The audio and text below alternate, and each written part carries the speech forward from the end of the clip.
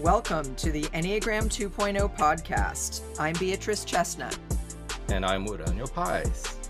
And today we are talking about levels of awareness.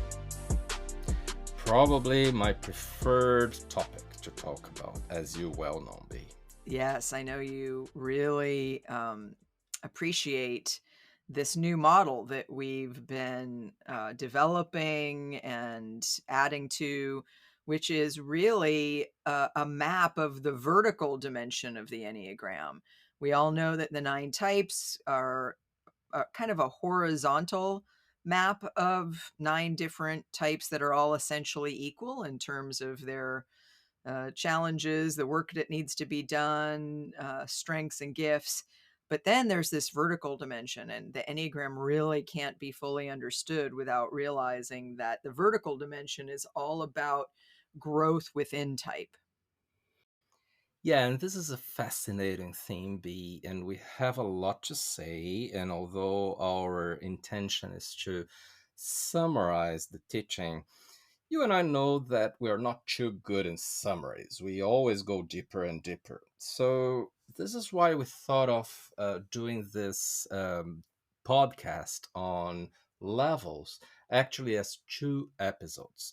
So on this episode, we are going to talk about the levels in general, meaning for all of us, regardless of type, but still connected to Enneagram theory and things that we talk about, like instincts, the subtypes, passion, fixation, and then the virtues, holy ideas, but not per type. And then the other podcast will talk about a little bit what happens with each of the 9 types regarding these levels of awareness. This way we'll have 2 parts to explain the basics of our CP models of levels of awareness. The Enneagram exists for self-development, to bring us to where we are now, to a better place. So if we don't consider levels of awareness within our type, we are not using the Enneagram for what it has been imagined for. And when you say vertical dimension, it's important to know what that means. It's really going up on different levels of being or different levels of awareness in ways that we realize who we really are and not who we were when under effect of ego. And sometimes, and we get many questions about this, sometimes we say that personality is the lower self and essence is the higher self, which is a very simple model of 2 levels. If we are vibrating in the personality level, we are in a lower level than when we are vibrating on the level of essence, or even in touch with our soul and spirit. So we are heading there. And it's good to know the different phases we go through until we get there. It's quite useful also to know what has been happening to you when you've been doing inner work. You know, there are some things that happen when we do inner work that people think like they're getting worse, but they're just results of doing inner work and desidentifying with our personality. Yes, it's a little bit like the Enneagram is a kind of false self or persona or mask that we put on to get along in the world. But the Enneagram is all about mapping the journey from knowing more and more about that false self as a way to go beyond it, to discover more of our true self, to manifest more of our higher potential, and to go from a lower level of awareness to a higher level of consciousness. And of course, a lot of people, when they learn the Enneagram, after they learn their type, and it's so interesting because it's so clearly articulates what the habitual patterns are of each type, the question that comes next is, how do I work with this? What do I do with this? How do I use this knowledge to move beyond my limited level of awareness to recognize all of who I am? And so, this vertical model of levels of awareness is exactly a very detailed map of how to get from this lower state of awareness to a higher state of awareness. And of course, there's the general map that we'll talk about, these different levels, ascending levels, kind of going up around a kind of pathway or spiral up. And then there's the way that each type can do it in their own specific way based on what they need to do to grow. And we'll talk a bit about both the general levels for all of us and then a little bit for each type. Now, it's important to say that we can go up on levels or even down on levels, depending on how much awareness we are developing throughout life. And actually, it's almost a law of nature and humanity that we are never really totally stuck. We're either going up or down. And what's really interesting to me about this model of levels of awareness is that it's based on the Enneagram diagram itself.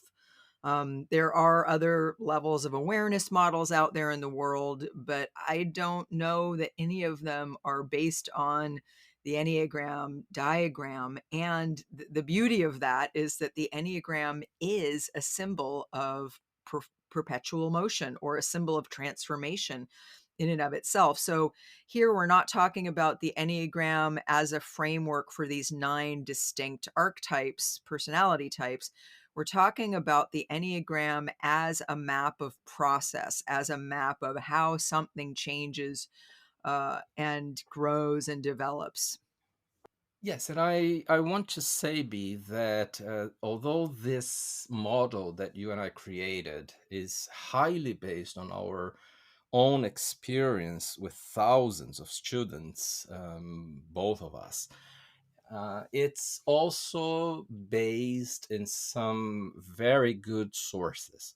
So a main one is Gurdjieff himself, and we have mentioned Gurdjieff many times in past podcast episodes when he talks about centers of intelligence. And I remember learning in a Gurdjieffian school how to position those centers of intelligence coming from Gurdjieff on the Enneagram symbol itself. Also, it's based in learnings that I had on Sufi teachings that were very important for me from a teacher I had in Brazil. But there are authors, different authors, even in Sufism, like Ibn Arabi and others that have helped build the theory and the foundation behind what we did. So we are super happy with the result. The students usually get very touched. It enlightens what is happening with them and also what is going to happen next. And they get really touched when it comes to the higher stations. It's like people usually feel very inspired by those. So there are a few basic ideas that flow from this map of levels of awareness. And again, we base it on the Enneagram. So instead of talking about type 1 and type 2, type 3, type 4, we'll be referring to those points along the Enneagram diagram as levels of awareness. So point 1 awareness level, point 2 awareness level are points 1 and 2 on the Enneagram diagram. But in this case, we're not referring to the types. We're referring to levels along this pathway up, ascending levels of awareness. And the thing I think is most interesting, is that there are different states of awareness that are represented by these different levels, and different things to be done by each person of each type at the different levels to grow. And we also learn that early on in the path of development, there are certain things that we're just not ready for. We need to sort of take first things first. And also, I want to emphasize what you mentioned a little bit earlier, that this path is not necessarily linear, even though, of course, it sounds linear, like you go from 1 to 2, something happens at point 3, and then you go to awareness level at point 4. And then there's that gap in the Enneagram between 4 and 5, and that is very meaningful. We call that 4.5. And then there's point 5. And our map goes up to point 5 awareness level. We don't go beyond that, and we'll explain why a little bit later. But these different points represent different states of awareness, like what a person is like at level 1, what a person is like at level 2, and what the specific growth tasks are to be done at each level.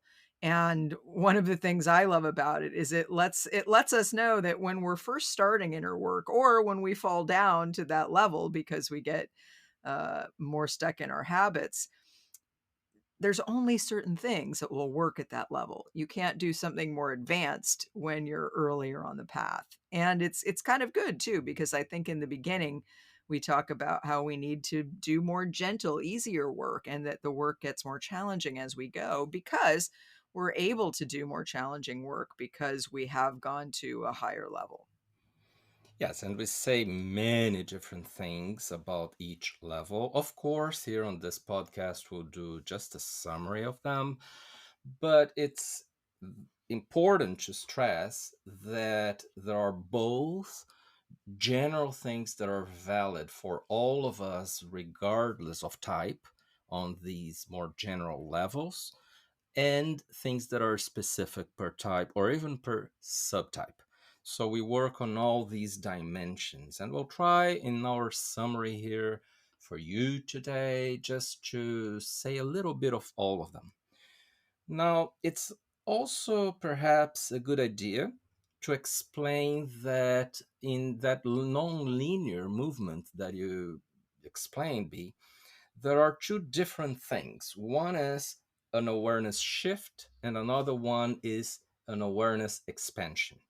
What is the difference? So, an awareness shift is when the person has done enough inner work on a certain level and is starting to more permanently vibrate in the level above it, and gets transformed into in its in their level of being into that experience of the level above. So in other words, the shift happens when we truly start operating mostly from that next level, meaning that we will come back there when we move up or down in circumstances. That will be our new home, our new base, and it's like our new normal, right?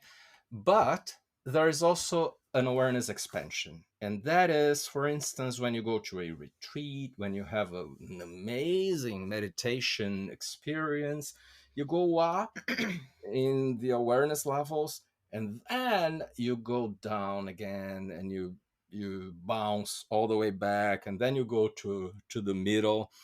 But it's a pendulum movement to which we are subject until um, a certain part of our journey, and that is very typical. Like 2 weeks after being in bliss, after a retreat, people usually experience that fall down. But that is not as meaningful. The expansion that happened before is not as meaningful as an awareness shift that happened before, as we explained. So maybe it would be good to talk about the general state of consciousness at each of these levels. Can you maybe start us off by sharing a little bit about what the state of consciousness is like at awareness level point one. So if we're coming, if when we and maybe how do we get there? Maybe how do we come to be in personality, and what's the first awareness level like? Right. So it's really archetypal for us to lose awareness as we are born and then as we grow. We are coming from essence, but we need to establish an ego. And when we do, then we're operating in lower levels. Humanity as a whole has come to what we describe on level one, which is actually not the worst possible. There would be a level below that, which would be really dark, but those are more specific states for a few people. And it's meaningful for us to start talking about what we call level one or point one level of awareness. And what that basically is the level of the human being asleep, not aware at all, just living life mechanically. All of us have a good experience of what that is when we are driving somewhere, and when we arrive at that place, we just think, wow, how have I arrived here? I don't remember having driven here. It's because we were not present at all. We were totally in our heads or feelings, depending on the person, but not truly present to what was happening. And the same way, the person on level one is not capable of observing their own patterns, as in the nine types. Like, I don't really see or own my patterns. I don't have any self observation skill. And it's even worse, B, the person there thinks that all is fine. All is as it should be. And the person lives a life defining oneself by love and work, but really not connecting to anything transcendent. Now, at that point, the person doesn't have much will, or if any, to do anything to grow.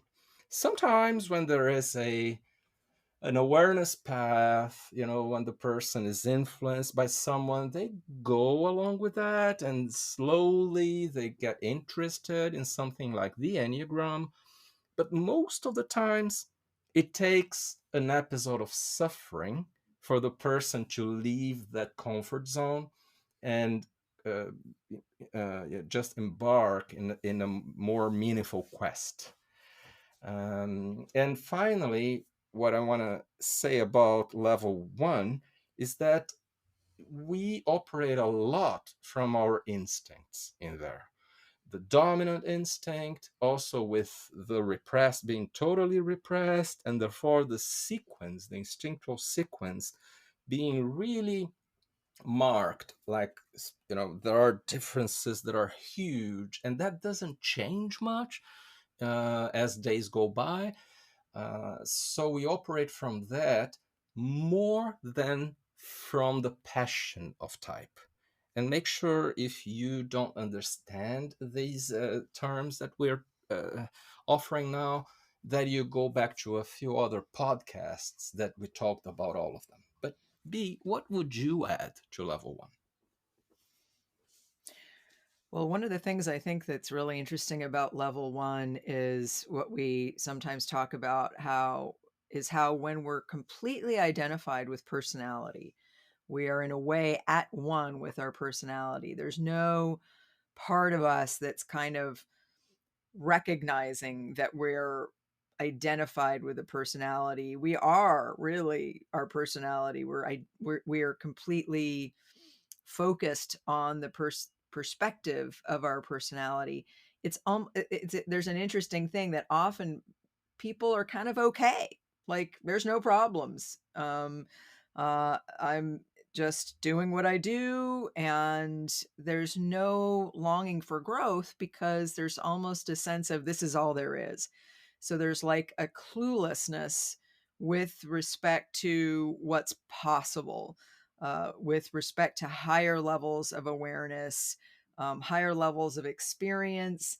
And it's a more kind of on the ground, materialist, earthly, worldly kind of perspective of just getting through life every day. And it could be focused on survival, like you said, coming from instinct a lot.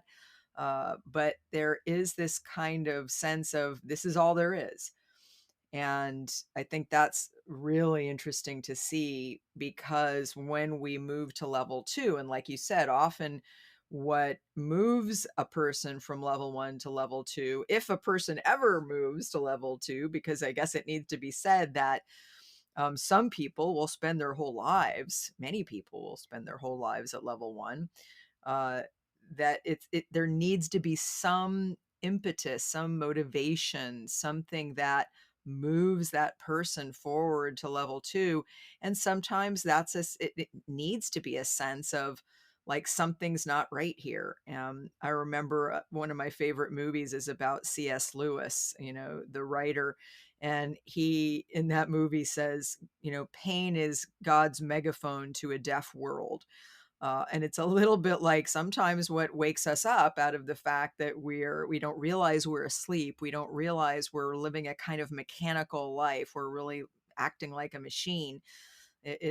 We need to be woken up to that sometimes, and sometimes that is an incidence of suffering, or a sense that something's missing, or some sort of awakening to the fact that wow, is this really all there is, and a sense of dissatisfaction. So that I kind of like this element of this model, because it helps us see the purpose in pain and suffering, the purpose in experiencing in life as a lack of fulfillment. And I think sometimes people stay at level one because they have to focus on survival. Maybe they are in a situation where they kind of need to put all their energy into just living in and finding resources to stay alive. But then I think there's other people that stay at level one because it's comfortable.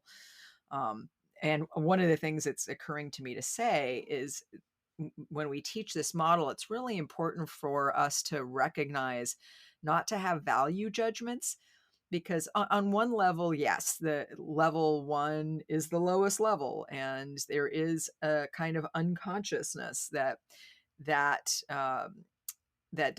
is characteristic of that level, a kind of complete egocentricity, which of course is not good.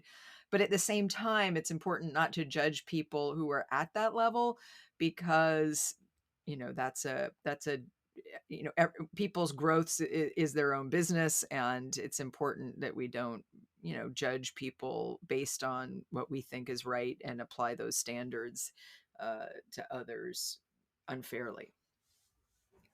Right. And then if the basic structure of personality is being shaken enough, then hopefully the person will get elevated to level two. And one of the things that happens in there is that the person is more capable of being in touch with the pain that there is. It's not that there will be new pain happening, it's that people will feel the pain that or was already there, hidden somewhere. And also, when we go to level two, we are certain that there is something else apart from that daily life.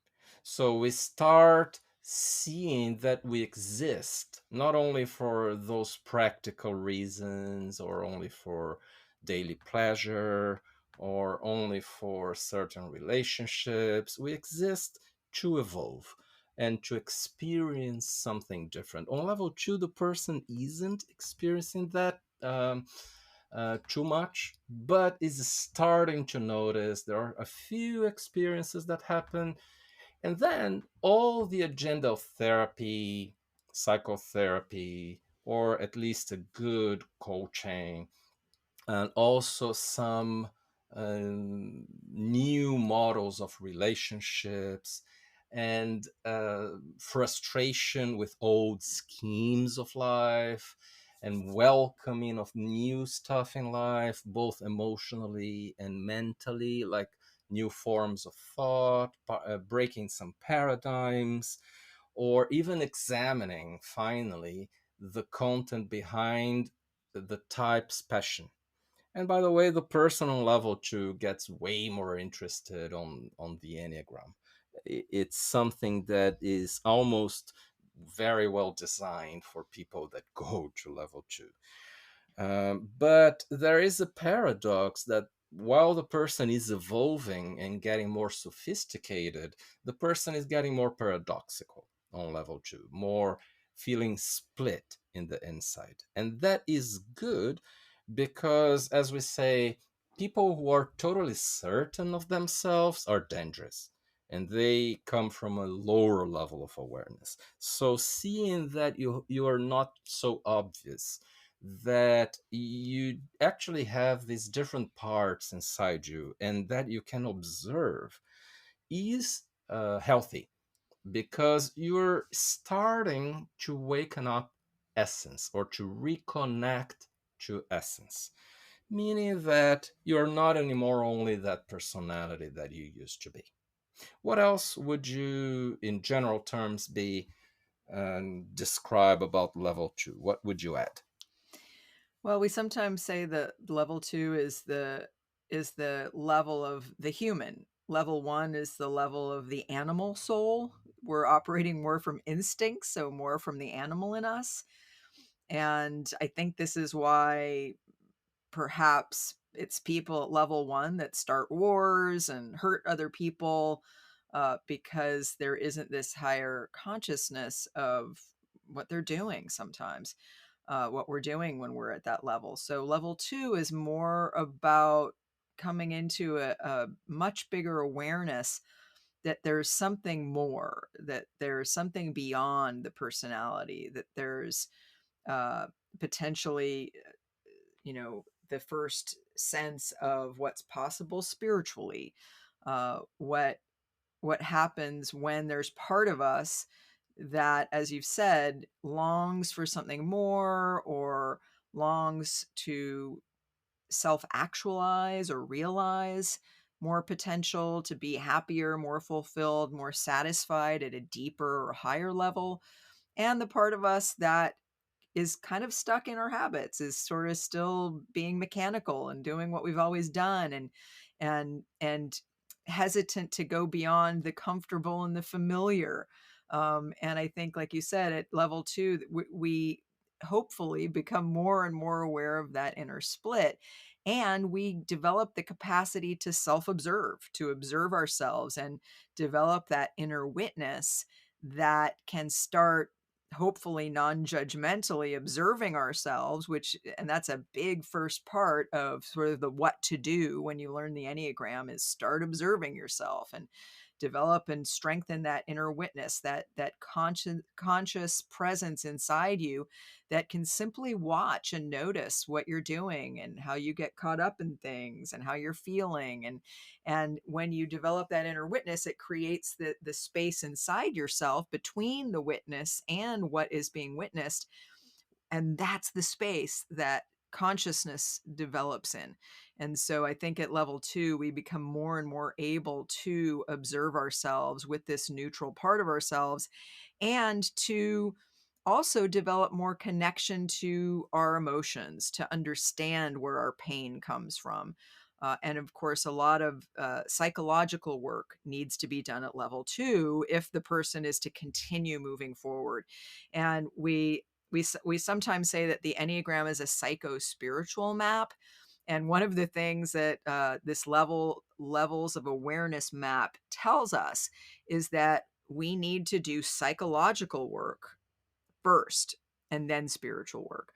That there's a way that if you want to go to spiritual experience before you've done all your psychological work, as we've talked about in another podcast, that's a kind of spiritual bypassing of the sort of on the ground human, getting in touch with your personality, moving beyond your personality, psychological work that is a lot about understanding, why do I do the things I do? Why do I feel the way I do?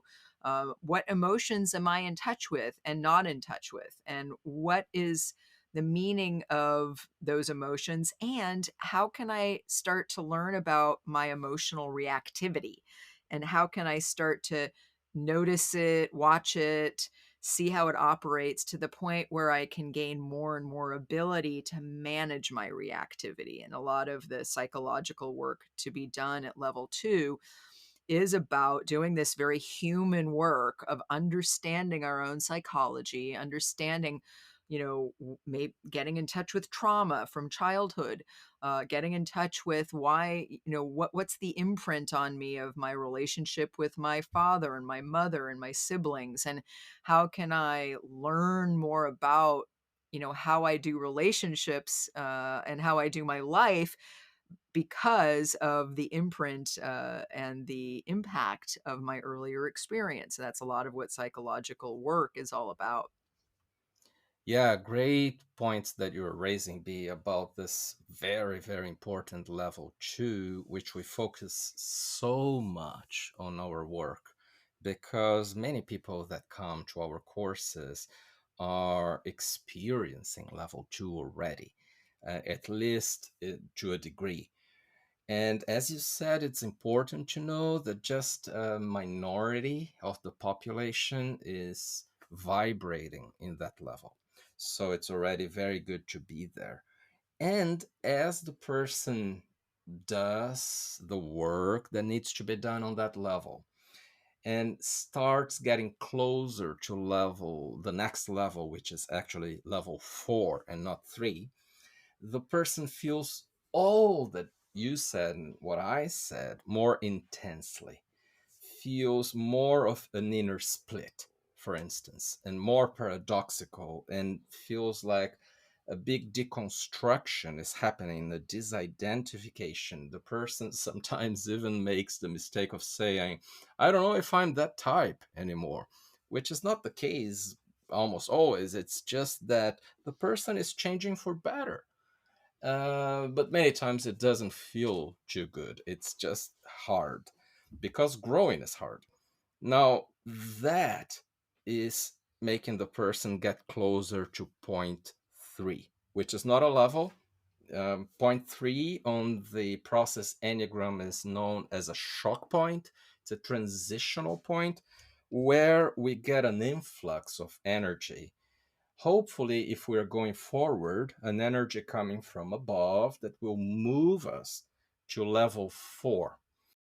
Also, what is happening on point 3 is that the paradox is too big, and we hold the paradox within us. We embrace that paradox, hopefully, just seeing that I have all this part of me that is really attached to personality of that type of mine, and this other part of me that is disidentifying from it and that I really wish to grow bigger.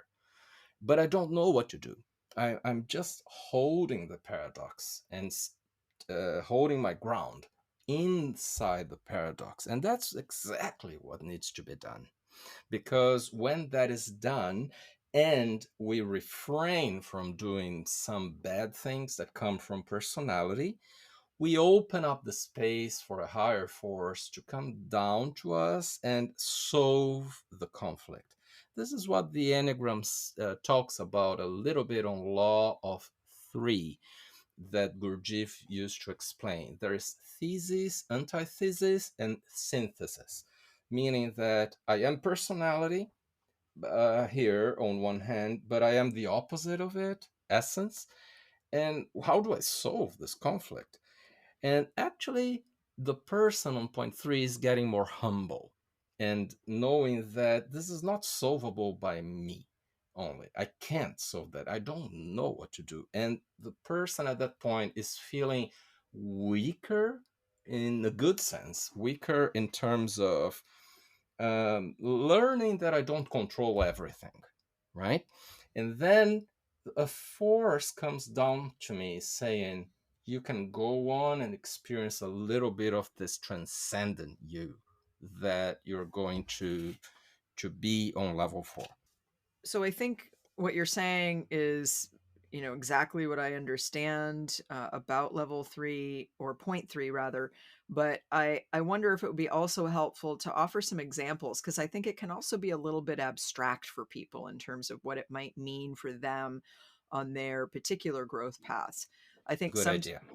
I think sometimes at point three, when we are really maybe in some ways suffering from this paradox or feeling, and it could take shape around different aspects of our lives, maybe certain relationships where we've known someone for a long time, but it's not really working and they don't really understand who we really are. And so that's causing stress.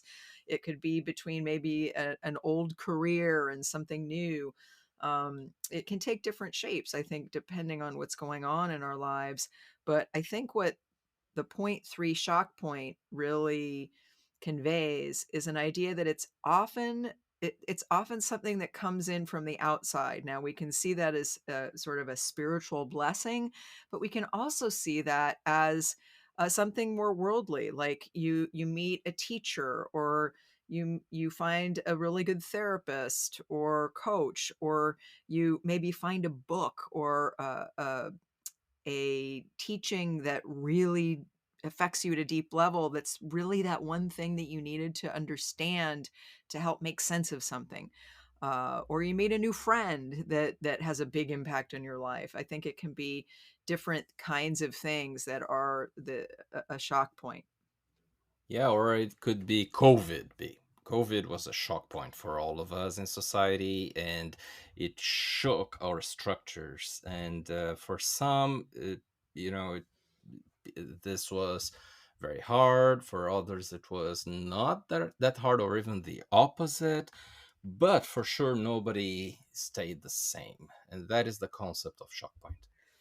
Right, and I think that the pandemic as a shock point is also a good illustration of this, because our world has been so divided in so many cultures. Certainly in here in my culture and U.S. culture, there are such extreme political divisions. You know, we really see this, what we've been talking about, as a split in very vivid terms, and it's been hard to know sometimes what can heal this split, what can bring us together when we don't understand each other, when we seem so different and we are really apart. And I think the pandemic, it's almost like it's this global phenomenon that really caused us all to kind of stop in our tracks. That sort of really has disrupted our way of living. And so we have to look at all kinds of things in new ways. Hi. If you're enjoying the depth of knowledge offered in this podcast, you might want to stay in touch with us. Beatrice and Uranio offer professional Enneagram training, personal development courses, self-guided online courses, and they even have a membership platform with over 100 hours of content. Head to cpenneagram.com/podcast to learn more. So on level 4, we go transpersonal. We have a transcendent experience, and we don't sense only our bodies. Actually, towards the end of level 2 and on level 1.3, the person is opening all 3 centers of intelligence: the head, the heart, and the gut, regardless of type, and aligning them in an experience of presence in the body. It feels like I am my body, I don't have a body. And that is very good. But going to level 4, we cease to be a body only, and we feel like mixing up with the environment a little bit. We are not just one individual organism, we are part of a collective. And that is an experience of level 4. There is actually an opening of what we call the spiritual heart, from which we can manifest the virtues of the Enneagram, the 9 virtues. And these are brilliant states of awareness, and the virtues are actually the very opposite of the 9 passions. And collective awareness comes with an experience of collective pain, collective shadows, and more. But with the opening of the spiritual heart, the person experiences not only the very beautiful virtues that are explained on the Enneagram theory, but also higher level emotions like goodness itself, a lot of calmness, peace, and also gratitude, true gratitude, forgiveness, and other beautiful emotions that are so much needed in the planet. What would you add about level 4B? So I think at level 4, one of the really important things to understand is that this is a place where humility really comes in a big way and is really necessary. It's the humility of realizing that, wow, when I was an ego, I a little bit thought of myself more as the center of the universe. Whereas really what's true is I'm not the center of everything. And there's much more of a humility and letting go of some of our egocentric points of view. There's a sense of knowing more who we are in a realistic way and not needing to be more or less than who we really are. And I'm always reminded of the way that this map actually corresponds really nicely with Dante's Divine Comedy. And I've mentioned before how I do a workshop on the Enneagram and the comedy, and how they describe parallel paths of transformation. And it's interesting that purgatory is really the place of purgation, of kind of getting rid of all that's not us, or that has kept us at a low level of awareness. The passion is purged, for instance, in purgatory, and we move toward the higher virtue. And I think the point 4 level of awareness is this place of coming into humility. Humility, the terrace of humility, is the first terrace in purgatory, and it symbolizes this need to be more humble if we are to really let go of the false self and get more in touch with the true self. The true self doesn't need to be the center of the universe. The true self recognizes our proper proportion in the universe and in our world. And I think here we often talk about how a spiritual group of some kind, or some sort of support group, can be really important, because we really need to be around people who are also doing inner work in a serious way. And part of this is knowing who we are, but not in a grandiose way. Yeah, very good. So, what happens after that is that we go to an even higher level of deconstruction and desidentification. And that happens in that void between 4 and 5 that you mentioned earlier on. That is a very sacred space, although also scary for most. It's the underworld. And that is where we get even harder kind of purging, and we get rid of shadows that we didn't know exist, or we didn't have our own strength to deal with them. And we get even further disidentified from any concept of self, any identities we used to have for ourselves, because the true path of growth is the path of breaking away from old identities. And the 9 types are 9 things that we are identified with. They are not us. I mean, the 9 personalities, right? And we need to first get rid of those constructs, those uh, feeling patterns and sensation patterns that we used to define ourselves with. So that all happens in that void between 4 and 5. Some people say it's a dark ocean where we go through that purification. There are certainly some aspects of it that we sense as being a little bit like nothingness, and it's like what in some spiritual traditions is called the spiritual death, which is not biological death, it's more the death of ego. And when we go there, we are having an experience that mystical Christianity defined as dark night of the soul, especially the works of Saint John of the Cross. And that is extremely sacred, but very hard. And there are techniques that we teach sometimes at retreats, more advanced retreats, on how to go through that and how to work through that. But basically, that happens only for a few people in a more permanent way. Most people have incursions into that territory but bounce back down. So they have awareness expansions to that, but fall back down to lower levels because that is a very advanced level. What else would you say about that 4.5 space? We call it space and not a level, actually. Yeah, so this opening between points 4 and 5 is so significant. It's so important, which is why we often say that the Enneagram diagram is the Enneagram diagram. It's not something that can be closed up. That space is important. I think it's conveyed by the idea of the archetypal trip to the underworld and myths and great works of literature. As you said, it connotes the dark night of the soul, a kind of need to surrender, the last vestiges of ego, a really giving up of defenses, a leaping into the abyss.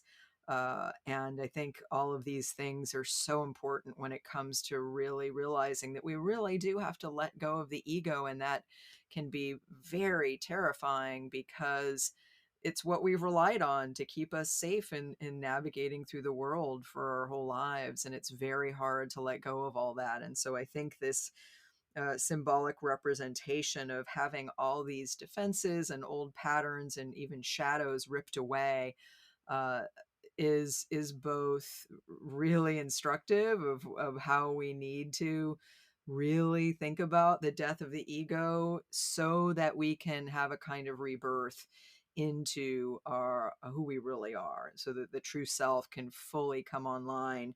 And I love that this space in the Enneagram and itself connotes this very important process. And I think it also reminds me of the phrase, it's always darkest before the dawn. Now, of course, this darkness at this void isn't necessarily, as we've said, despairing or painful in the way that we might think. It's more of this like radical needing to let go and surrender, and the sense of it's always darkest before the dawn. And then, of course, at point 5, if we're able to navigate through the abyss, the void, uh, it's uh, it's very, very, very light when we get to point 5. So, can you say a little bit about the point 5 awareness level and what that's all about?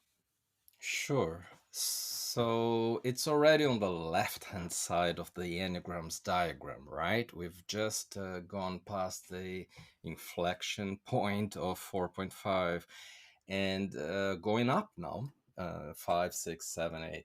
So that means something. It means that we have crossed a very important river where on the other side we get to experience a whole lot of light. So up to 4.5 we have been basically purging, but after that we are more directly in touch with the reality of who we are. Although point 4 and point 4.5 already bring us brilliant experiences, but it's difficult to compare to what happens to people on level 5, because then we are in touch with the holy ideas, as we call them, which are very enlightened ideas of us, people, and the universe, everything. It's seeing greater reality and not this lower reality that we are living in our everyday lives. This is when we understand the subtle by witnessing it and describing it. And the whole ideas are viewpoints of that, different viewpoints of the same objective reality.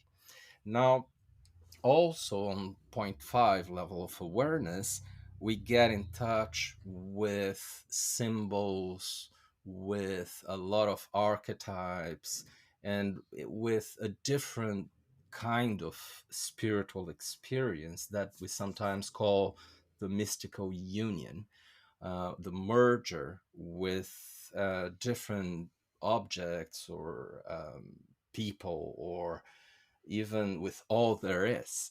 So it's not only an energy expansion and a transcendence, it's also a merging in what is sometimes called the non dual state. And on level five, it's also really remarkable the kind of understanding that we develop about everything.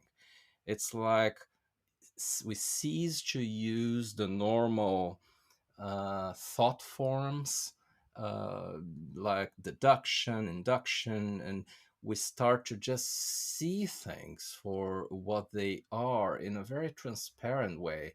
We just see what we had never been able to see before. And also at that level, we get introduced to our mission, and I mean our truer mission, our destiny, and a few things that are very big. Now, that is the point when the instincts, as in self preservation, social, and sexual, become totally balanced. The person that reaches that point as an awareness shift, meaning the person will be anchored in there, in their psycho-spiritual center of gravity, that person will experience a free flow of the three instincts. And there is a much bigger capacity to master one's own reactivity and the passion of type and fixation. So it's a very, very high level of awareness that really not many people get to experience in life, and not even for a few moments. So I think you've given us a really clear sense, to the extent that that's possible, of the point five level of awareness, because it is a very high level, and uh, something that some of us may not taste, or may taste and have uh, a deeper experience of, if we're lucky and really doing the work. Now, our model stops at the point five, but maybe you could say a little bit about why. Why do we only go up to five? A little bit about what, maybe not what the other levels are, but why we don't go past Mhm. here. Yeah, it's not that the model stops there, it's that um, talking about point five as the last one is what is meaningful for all of us here, everybody listening, because the levels beyond that are even more sophisticated, harder to understand, and also very few people touch base with them. They exist, they are described in some models, but it's something that we don't think we should be distracting ourselves with right now, because we have enough work to do be with all these first levels, I guess. So next time, I hope you'll tune in, because we'll talk about the specific paths, the specific work to be done for each of the nine types at these different levels, in order to move forward on the path of development, in order to take your own personal growth journey, by understanding more clearly what's the work to be done at these different levels in order to move from this lower level of consciousness that we find ourselves in personality to the higher levels of awareness that we are capable of when we do deep inner work. It's time for our top 5. What is our top 5 today, Bee? Our top 5 today is the top 5 bossiest Enneagram types. Wow, quite interested in this, especially to see if 2s will come before or after 5s. To see who's bossier. Well, I think we both have some ideas about that. Yes. So what's your number 5 most bossy type? I must say that it wasn't that easy for me to do this one as easy as it was other times, because I could remember many cases of people of each type who were bossy and people who weren't. So I think it's very much subtype related, but I decided to talk only about type here. So my number 5 is type 3. And that's because I think that while 3s can definitely very commonly be in charge, they don't want to be seen as people who don't listen to others or who are just being bossing around. I think that especially nowadays, when a more participatory style of leadership is more valued, 3s don't tend to be as bossy as before, although they can hide ways that they are bossy, But it's 3. What about you? What's your number 5? I actually had 3 at number 5 also. Oh, okay. And I don't necessarily think of 3s as bossy, but I do think they can be controlling. So I think sometimes controlling may be what might be referred to when we're talking about bossy. I think bossy has a slightly different element to just controlling, but I think 3s can at times be controlling. And so I put 3 at number 5. So what's your number 4? Yeah, just a comment about 3s. Another one is that I think 3s have a very hard time delegating, but they are not necessarily bossy. Now, my number 4 is type 5. And you may think this is unfair. But anyway, it's type 5 because I think 5s can be very bossy, but especially in a few relationships with closer people and at home. It's not that they are bossy in all contexts. And sometimes, just being in charge of things, especially if they are small details, is not something that pleases 5s. It comes with a lot of boring things to do that you don't learn much. And 5s sometimes don't have the patience or energy to be the bosses in a few situations. But they are more bossy than other types. Well, I actually thought the exact same thing. I have type 5 at position 4 as well, for much the same reasons. And I was even thinking the same thing. Like, I can't picture 5s, for instance, being bossy at work. But I do experience 5s as potentially being bossy in more personal relationships, wanting to Really? have their way or seeing it certain ways and not being very flexible or wanting to control what's happening. Are you saying S- I'm not bossy as a business partner, but I'm bossy as a friend?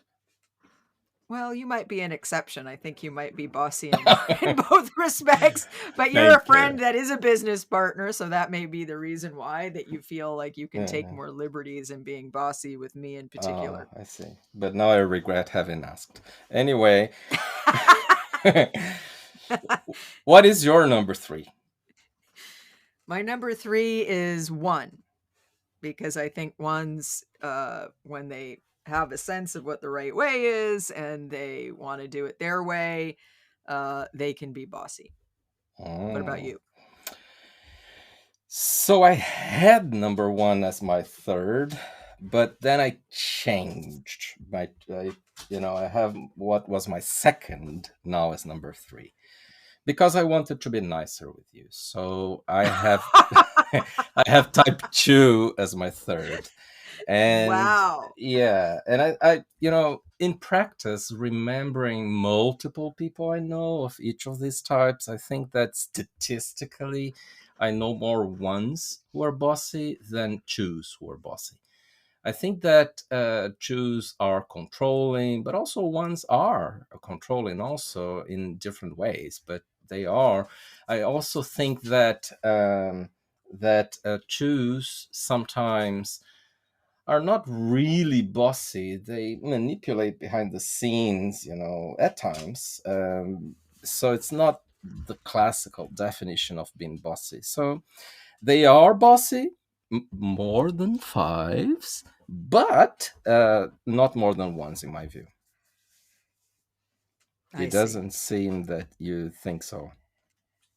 Well, that was very nice of you. I thought you were going to put me higher than position 3, Well, I so I was have to talking say about choose and not be.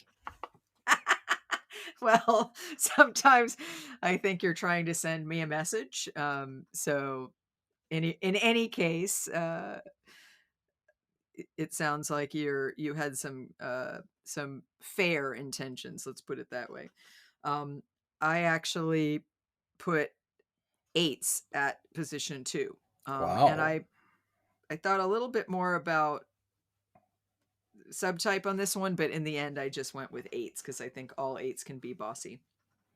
Wow, that's surprising to me. So I think that, yeah, I mean, eights are my number one. I think they are the most bossy of all types. They are really comfortable in being in the position of being bosses, even if they aren't, they play the role. Only when there is someone being a strong boss, they sometimes, relax, but they keep watching. If there is some space, they will tease the person or start, taking the lead from the outside. But anyway, and the way they, especially in the lower levels of awareness for eights, the way that they deal with people when being in charge is a bit bossy, or a lot Yeah. bossy. But I'm very curious now. What is your first? Well, my first is social 2. So you found a way to say that shoes are the most bossy, but without saying that you are. But that's very bossy. It's bossy that I put social 2 at number 1. Well, yeah, I'll leave to our listeners to decide. Yeah. What? But why? Tell us why. Well, I guess maybe it's just thinking of my own experience throughout my life. I think some of the people who I have felt bossed around by the most Hmm. have been social 2s. Yeah. Um, and I think sometimes because they don't see themselves as bossy and they don't own how controlling they can be all the more bossy. I think with eights, it's a little bit more, what you see is what you get, and they Yeah. might even own their bossiness. And so while they can be bossy, it can be a bit moderated because of their directness. They're being direct and assertive, and so that's part of the bossy presentation. But with social 2s, I think there's a disowning of the level of control and bossiness, and I think because of that it can be very pronounced. Of course, I don't think this happens in all social 2s, but I do think it happens. And it might be interesting to think about, like what we talked about earlier, workplace, work life versus personal life. Um, and it may be both for social 2s. But again, I would also say this is social 2 at a lower level of awareness. I think as 2s grow, they become naturally less bossy and controlling because they realize it, and they see that it may be a way to indirectly get their own needs met, or it may be a pride thing where they think they know the best way for everyone. And so they want to push things in that way, sometimes in overt ways and sometimes in ways, as you said, that are more covert or manipulative. But I've just seen social twos being quite controlling, and I think healthy social twos often see it and admit it. And I'm often very impressed by social twos who see that and are working on moderating it. Yeah, you've certainly got a point there. I agree with you that social twos can be very bossy. Very bossy, yeah. Great. Great bossing around with you. Yeah, and I will say in closing that I know I can be a bit bossy at times myself.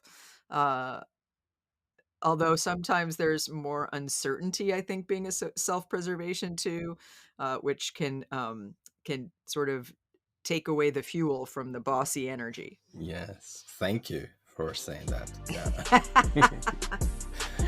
Yeah. Okay, well, it's been a pleasure, as always, to talk about these things with you. Yes, always. So we want to thank you for listening, and we ask you to join us again for our Enneagram 2.0 podcast, where we talk about all things Enneagram.